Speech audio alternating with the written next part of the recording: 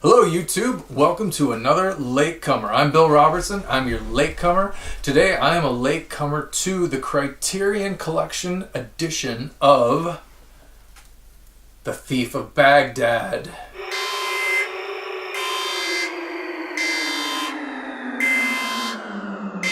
This movie is from 1940. This is Michael Powell and Emmerich Pressburger's very first collaboration. These guys are becoming one of my favorite writer-director teams out there.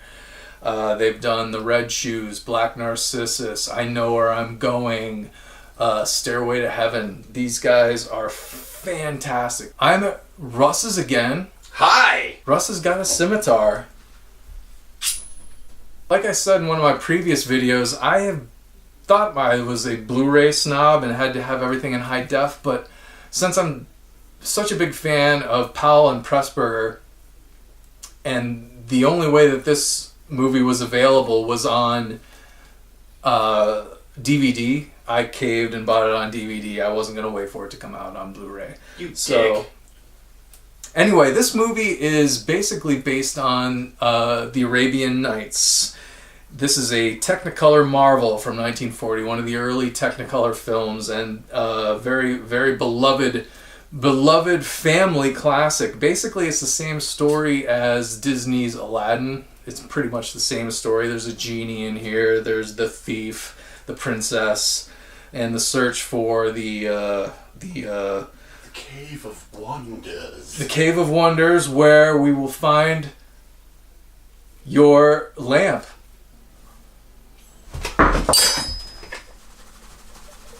You getting the genie out of that lamp, Russell? Keep sucking. So Russell and I are going to watch this movie, and we're going to get back to you with our assessment. I'm going to tell you all about how it is. Russell, put it in.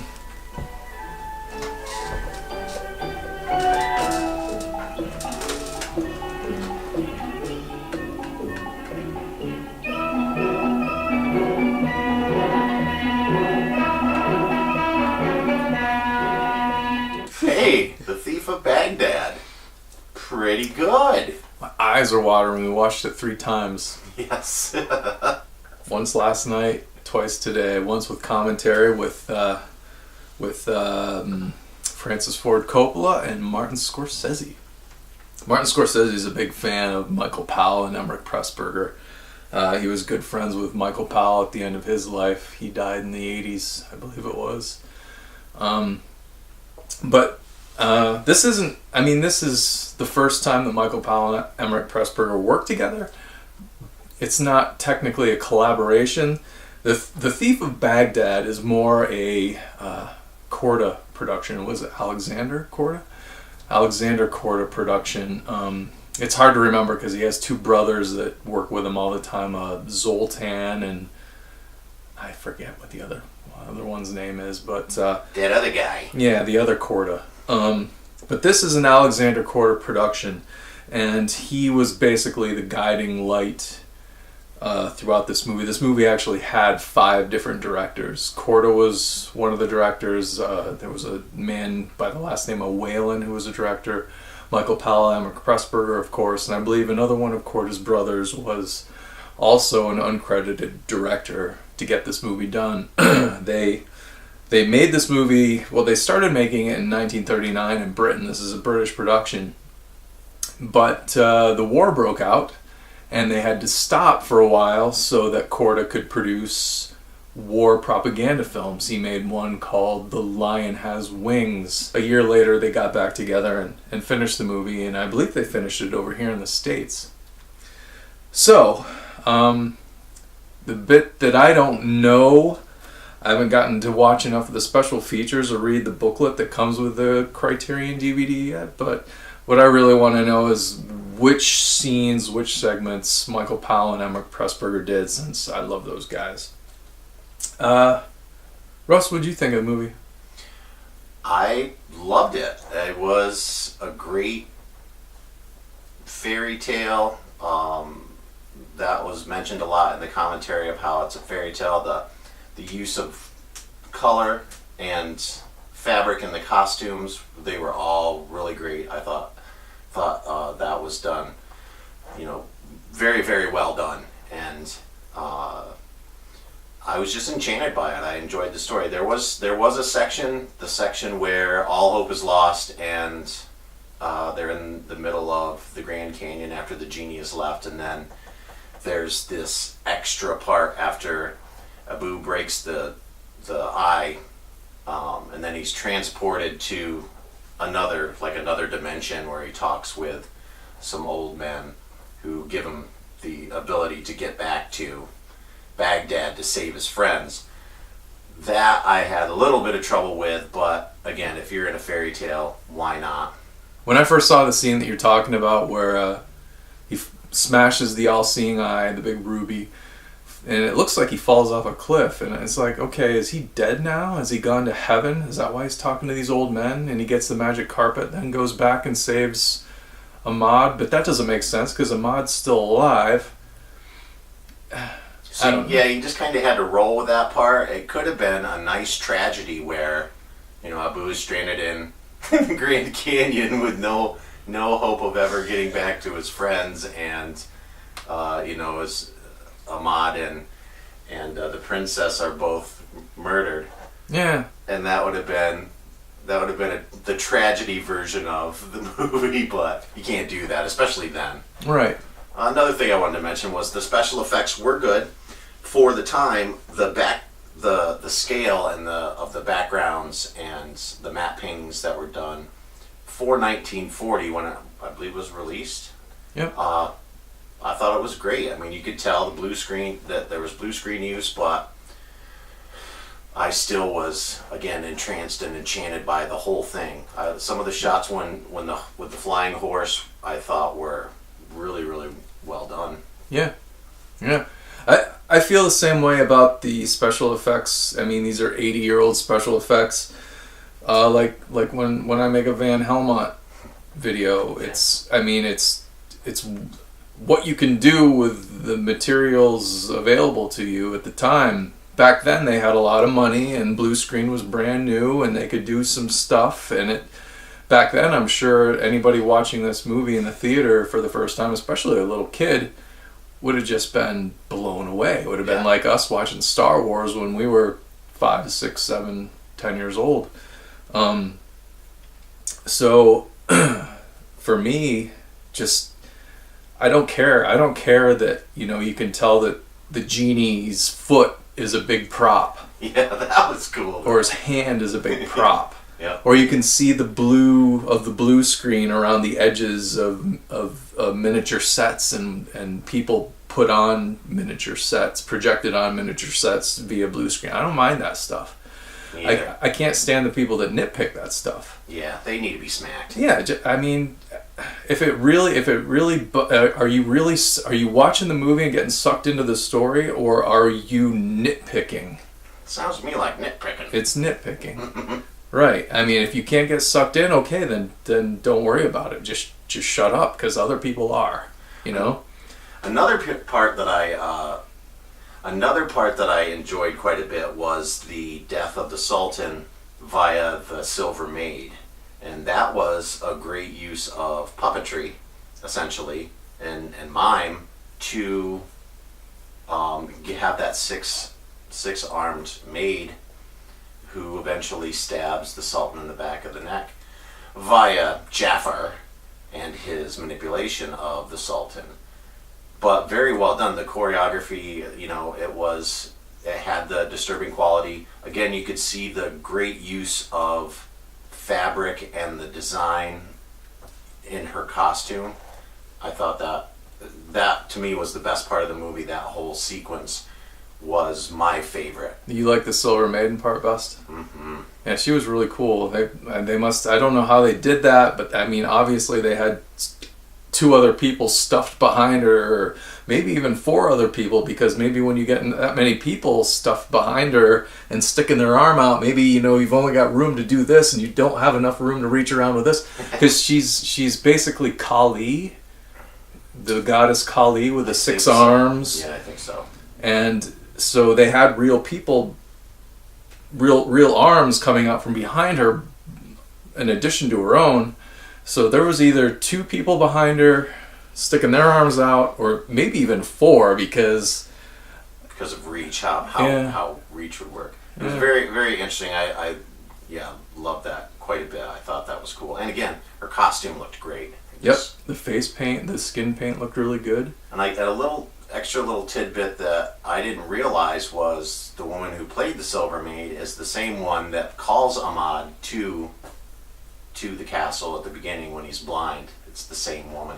I also caught during that part that actress is the one who suggested to Michael Powell to read the novel that he later, 7 years later, based his movie Black Narcissus on. Yes, that is true. So the Criterion DVD has 2 commentaries. The one that we're talking about with Francis Ford Coppola and Martin Scorsese. There's also one with a film historian named Bruce Eder, which we haven't gotten to watch yet. So I'm excited to listen to what he has to say about it. This is a 2-disc set. On the second disc, there is a documentary on the visual effects. And Ray Harryhausen from the Sinbad movies, Journey to the Center of the Earth, tons of movies from the Clash of the Titans. Clash of the Titans was his last one, I think. Mm-hmm. The original, not the crappy remake. Mighty Joe Young, I think, was his first movie. Yep. And that's a good flick. I haven't seen that in a long time. He just did tons of claymation for about 50 years. But also Dennis Muren, who's from Star Wars. He worked on Star Wars, and another special effects guy named Craig Barron. I don't know who he is. And they also have The Lion Has Wings, which is what I mentioned earlier. The producer of The Thief of Bagdad, he halted production because Britain went to war. This was shot in Britain. He halted production on The Thief of Bagdad halfway through so he could make war propaganda film. And that movie is included on the second disc. How interesting. Yeah, and there's a couple other things on here. So this is another great Criterion set. Highly recommended. It also has a booklet. There's a booklet inside with 2 essays, and I've only read through about half of the first one. I'm not technically a first-timer to this movie. I caught this on TCM a couple years ago. Not the whole thing. I didn't see the whole thing. I came in just after it started and just caught like the last 3/4 of it. But this is the first time I've seen it all the way through. This is Russell's. Yes. Russell's a latecomer to this one, more than I am. But once I found out this was Powell and Pressburger work, I knew that I loved what I saw on TCM, and once I found out those 2 guys were involved in it, I knew I had to have it. So I just, when Criterion had their 50% off sale, I just bought it. And I knew Russell was a Ray Harryhausen fan. Yes, very much. And I knew that Ray Harryhausen was in this documentary that comes in this set, and was influenced by this movie. So I suggested to Russell that we should do this as a latecomer episode. And I'm glad you did, Bill. It was very good. My favorite character was Conrad Veidt as Jafar, or Jafar as they call him. We're used to saying Jafar because of the Disney influence. Mm-hmm. And Sabu as Abu. He kind of carried the weight of the movie, and the great acting of Conrad Veidt. I think he was a great villain. The credits give Conrad Veidt and Sabu top billing. It was basically designed as a vehicle for Sabu. He was 15, 16 years old when they made this movie. He had done a movie called The Four Feathers, a movie called The Elephant Boy. Prior to this, Sabu was a big star at this point in his career, and he was only 15 or 16 years old. He was found in India. He was actually an elephant boy. Yep. Which doesn't mean he was severely disfigured. It means that he trained elephants or took care of elephants or whatever in India. Yep. Training and husbandry of elephants. So pretty cool. Yep. So and Conrad Veidt was he defected from Germany during the Nazi takeover in the 30s to England, and that's he became a big star in England. I'm glad he did. He really added impact to the movie. Mm-hmm. He started off in the silent films in Germany, but then when the Nazis started their rise, he was like, I'm out of here, and he headed for Britain. But he became very big from then forward, playing like Nazi officers, ironically, in films. Scary. Another thing I'd like to mention is you can tell if you got half of a cinema eye how this movie influenced a lot of directors afterwards, such as Francis Ford Coppola and George Lucas. Steven Spielberg. Very much. You can see how they have taken elements from this movie and applied it to their craft. Mm-hmm. Very interesting to see it in its... These guys all watched this when they were little kids. And loved it. Yep, and for them it was like when we were little kids watching Star Wars or Close Encounters. Yep. Jaws. Right. So the guys that shaped our childhoods had their childhood shaped by that movie. The Thief of Bagdad. Why do I keep wanting to say the Prince of Thieves? I'm gonna punch myself in the face now. So you're we're gonna use you as the resident expert on Disney's Aladdin. Okay. And how this movie is basically the template for that. Disney basically took The Thief of Baghdad. Yep. And it lifted it and just made small revisions, like Jafar becomes Jafar, but Abu's a monkey, not a boy. And a dog. Yeah. Very interesting. The genie's more prominent. In The Thief of Baghdad, the genie's just in like maybe a quarter of the movie. It's not just long enough to get those 3 wishes and he's gone. Yep. Get those out of the way and he's out of there. Yep. His freedom is all about freedom for him. Yep, the genie doesn't play as big of a role in this version, but yeah, it's very, very pretty. If you know Disney's Aladdin, The Thief of Baghdad's essentially the same thing. It's still essentially a kids movie. Mm-hmm. It's a fairy tale, like Russ said earlier, and since Sabu was the primary focus of the story and the primary star of the movie, it was that in that way, with him as in the forefront, it was geared towards kids because they could identify with the young protagonist in the movie. What else was he in? Did they say The Jungle Book? He was in the old Jungle Book, which is a really good classic movie, the original Jungle Book. And another one I haven't seen. Right, which has also been converted into a Disney cartoon, Jungle Book. Yes. And a Disney live action movie now. Yes. Or maybe 2 at this point. So I think there was a live action Jungle Book in the late 90s, mid 90s even. But then there was even one just recently. So yes, Sabu and the Korda production team generated a lot of fairy tales that Disney latched onto. The thing that I wanted to mention is that since this is based on the Arabian Nights, 1001 Night Tales, whatever it is, but it's all Middle Eastern folklore and mythology. It's a mix of historical figures and events with fantastical elements. So it's not exactly history. It's more or less fairy tale. But the character of King Ahmad, who in the beginning of the movie, he is the king, and his grand vizier is Jafar. Jafar's a big, mean tyrant type guy, but he advises the king. The king's young, doesn't really know much. So Jafar's having all these people beheaded in the kingdom, basically for thought crimes. In the king's name, so that everybody thinks it's the king and not Jafar that's doing it. So there's the more manipulation by the villain. Right. So King Ahmad's in charge of this kingdom, and everybody hates him because they can't sneeze wrong without getting like their head chopped off for it. It's so crazy.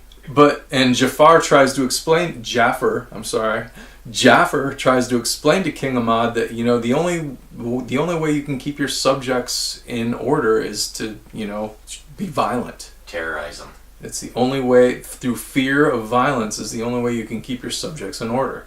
And and Ahmad just doesn't buy this. He wants to go out and, well, he doesn't want to. It doesn't occur to him. Jafar suggests to him, well, why don't you go out amongst your people in disguise and learn firsthand? And this is all part of a sinister plot, by the way. And so he says, yeah, that's a good idea. And he gets dressed up like a peasant, and he goes out and he hears firsthand how his subjects hate him. And this is the same as the Far Eastern epic of the Buddha and his origin. The Buddha starts off life as a prince and sees that his subjects are poor and starving, and he doesn't understand it. And he gives up his life of luxury, his princely life, to go live amongst his people and learn about suffering. So there seems to be some kind of, between the Middle East, where the Arabian Night Tales came from, where this movie comes from, and the Far Eastern Buddha myth and religion, there seems to be some overlap there, I think. It's interesting to see. I love this movie. It's 3-strip Technicolor. It's beautiful to look at. This particular transfer I didn't think was great. I would like to see a higher definition version of it, but unfortunately at this point I don't think there is an American Blu-ray release. Maybe if you're in another country, if you have a region-free Blu-ray player, you can get your hands on one. But I would like to see the picture cleaned up even more. The sound was great. Yeah, I thought it was good. There was a scene, I can't remember exactly what was going on, but you could tell that, I think it was even in the original film, that it was just, it's not that it was out of focus, it's like it wasn't developed properly. Yeah, it's almost like that one take was lost and they had to just find some crappy version of it and paste it into the film or something, because for some reason it doesn't look right. But I would like to see this movie cleaned up, and like if somebody were to take the time and spend the money, somebody who obviously loves it as much as Martin Scorsese does, like I could see him rescuing this movie. You should. And cleaning up the picture, giving it a 4K transfer. The scale that they're trying to portray, I got it. I totally bought into it. It's an epic. It's very, very, very well done. It's in an that epic. regard, as to try to draw you in and make you forget that you're watching a movie.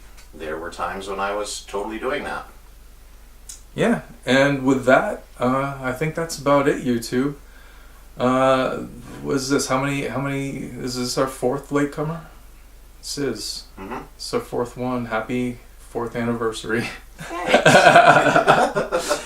And yeah, thanks, and stick around. Hopefully we'll get another one out to you sometime soon when we figure out what that other one is. Anyway, so long from me. Take care. Keep watching, YouTube. See you next time.